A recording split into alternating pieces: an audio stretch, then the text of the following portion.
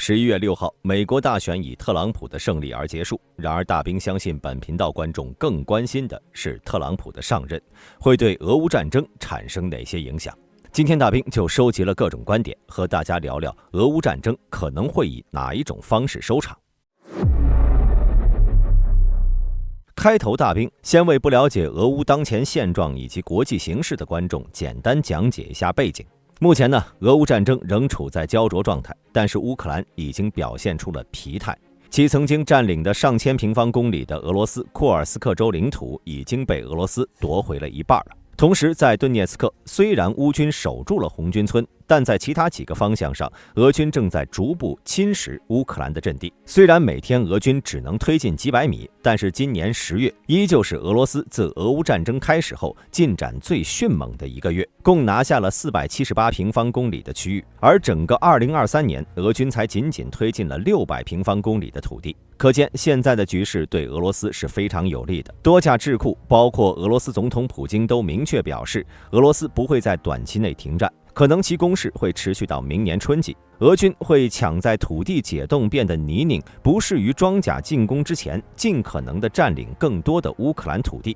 然而，如此迅猛的推进并非是没有代价的。11月4号，乌克兰公布俄军损失数据，俄军损失突破70万，达到了70万零390人。这个损失是10年阿富汗战争损失的7倍了。乌克兰通报的损失包括阵亡、受伤无法返回前线、失踪等数据。这个数据和欧盟统计的数据差不了多少，也可以和俄罗斯声称的前线人数、动员人数交叉对比，是符合实际的。俄军除了每个月动员2.5到3万人，还大量使用非洲、中亚的人群，特别是最近向朝鲜借的1.2万人，如今正在俄军进展最激烈的库尔斯克地区填线。俄军不仅是人员损失巨大，装备匮乏，俄罗斯2025年预算大部分用于军事，国内经济通胀各种因素正在叠加影响，俄罗斯的资源不是无限的。11月4号，基辅国际社会学研究所发布调查报告，调查显示，71%的人认为俄罗斯集结所有的资源用于了战争，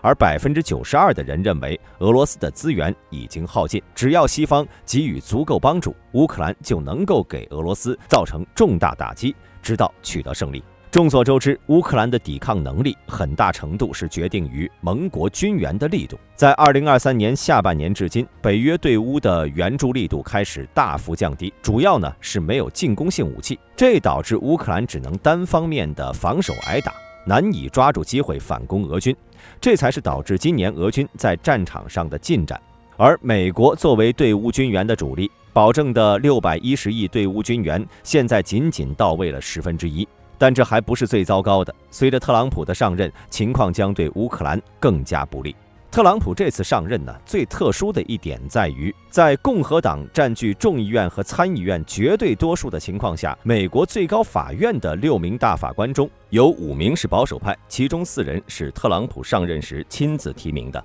众所周知，美国采取3权分立结构，但现在总统、最高法院、议会均掌握在特朗普手中，美国实现了自2战罗斯福时期以来的第2次3权统一。这就意味着，相比于之前的数任美国政府，特朗普能够以前所未有的效率推行其政策。关于特朗普对俄乌战争的态度，大兵不做评论，只给大家展示几段他曾经说过的话，估计各位就明白了。2023年6月，特朗普在接受福克斯新闻采访时说，普京是个聪明的家伙，他知道自己在做什么。如果我当总统，我会立刻和他进行对话，尽量减少战争带来的伤害。我和普京的关系非常好，我能与他坐下来谈一谈，解决这个问题。他知道我不会容忍这种事儿。而对泽连斯基，特朗普呢发表过更多看法。同样是6月接受福克斯采访时，特朗普表示，泽连斯基是一位强硬的领导人，但他过于依赖我们，他不应该单靠美国。他的战争并不是我们战争的一部分，我们应该帮助他，但我们不能把所有的资源投入到这场冲突中。今年1月，《纽约时报》报道了特朗普在保守派集会的讲话中指出，泽连斯基应当与普京进行谈判，而不是依赖美国持续提供资金和武器。泽连斯基应该坐下来与普京谈判，而不是让我们花费数十亿美元为这场战争提供支持。如果我是总统，我会确保他们达成和平协议，不会让美国卷入其中。有的观众会说就算美国不再大力援乌，还有欧洲各国，相比于美国，他们更直接遭受俄罗斯的威胁，唇亡齿寒的道理不会不明白。然而现在的欧洲政坛也是混乱一片呐，英法德对乌态度各有主张，但最重要的是，欧洲对乌军援往往是在北约框架下进行的，而特朗普在竞选前就数次表示要对北约下手。2024年2月10号，特朗普在南卡罗来纳州康威市的竞选集会中表示，北约在我上任之前几乎要名存实亡了，我要让所有成员国都为防务开支付费。特朗普还表示，曾经有一个大国的总统问他，如果他们未履行防务开支，俄罗斯入侵该国，美国是否还会出手保护？特朗普对此回应道，当然不会，我会鼓励俄罗斯做任何他们想做的事，你得付钱，得履行自己的责任。可以看出啊，在特朗普上台后，北约的威慑能力将大幅下降，而集体右转的欧洲也不得不剩下更多的国防预算来加强本国的防御力，或者是用来给特朗普政府交保护费，未来能够给乌克兰提供的军援资金将大大降低。聊完背景，我们再来探讨一下俄乌战争会迎来何种结局。目前的主流观点主要是分为这几种。首先是俄罗斯实现最终吞并乌克兰的目标。有观点认为，由于俄罗斯地大物博，人口众多，并得到伊朗、朝鲜等国的支持，而乌克兰作为小国，西方的支持难以持久，因此俄罗斯可能实现最终吞并整个乌克兰的目标。然而大兵认为这种极端的情况不会发生。俄罗斯经历2年的战争，国内的经济和工业潜力已经开始捉襟见肘。就算现在乌克兰陷入颓势，依旧还有数千公里的战略纵深。在乌克兰抵抗意志坚定的情况下，如果俄罗斯想实现完全吞并的目标，可能还需要几年甚至几十年。就算占领了乌克兰，但接踵而至的是无休止的治安战。俄罗斯始终无法完全控制这片土地。另一种极端看法呢，是乌克兰在北约以及国际社会的支持下，获得最终的胜利，收复故土，夺回克里米亚，而俄罗斯被彻底击败，为这场战争负责。但想要实现这个目标，就需要美国态度的改变。就当前情况来看，这种情况呢，比较难以实现。接下来大兵说说几个可能性比较大的看法。首先是朝鲜半岛模式，乌克兰失去了军援，而俄罗斯也已经持久的战争经济崩溃，这场战争没有赢家，俄乌战争最终会变成双方精疲力尽，无法决出胜负的局，然后被迫以实际控制线双方签署临时停火协议，被俄罗斯占领的乌克兰领土也不可能归还乌克兰。其次呢是公投独立模式，由于战争，俄罗斯的经济政治能力被加大的衰弱，再加上乌克兰民众对俄罗斯的仇恨，或者由于国际社会的干预，因此俄罗斯无法完成对占领区的实施吞并。因此，已经被俄军占领的哈尔科夫、扎波罗热以及顿巴斯地区发起全民公投，成为独立国家。目前，俄罗斯已经在乌东扶持了顿涅斯克共和国和卢甘斯克共和国2个政权。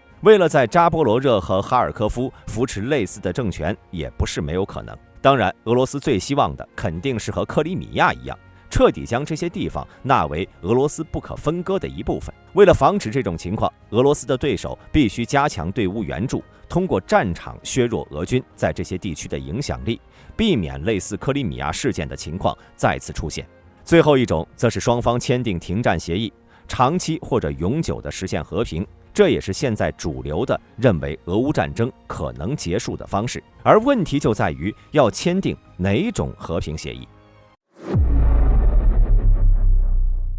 在签订和平协议上，俄乌的立场可以说是完全相反的，签订几乎等同于一方的完全失败。我们先来看看乌克兰和平攻势。该方案由泽连斯基在2022年11月在 G20 峰会上提出。该方案大兵之前也介绍过，主要是要求俄罗斯从乌克兰全面撤军，并保证未来不再入侵乌克兰。而俄罗斯的要求则集中在对乌克兰的去军事化上，并承认顿涅茨克人民共和国和卢甘斯克人民共和国为独立国家，以及对克里米亚的吞并。但随着战争的进行，俄罗斯撕开了这些冠冕堂皇的伪装。24年1月，俄总统普京再次重申，其目的在于推翻乌克兰政府，让乌克兰这个国家不复存在。可以看出无论是俄罗斯还是乌克兰的和平方案，现实实现都不太现实。所以我们还是来看看第三方的吧。现在作为世界上最大的国际性组织，联合国对俄乌战争的态度是非常明确的，那就是要求俄罗斯结束战争，并归还所有非法侵占的乌克兰领土。早在2022年10月，联合国大会第11届紧急特别会议主席克勒西就呼吁，通过外交解决方案来终结俄乌战争的大门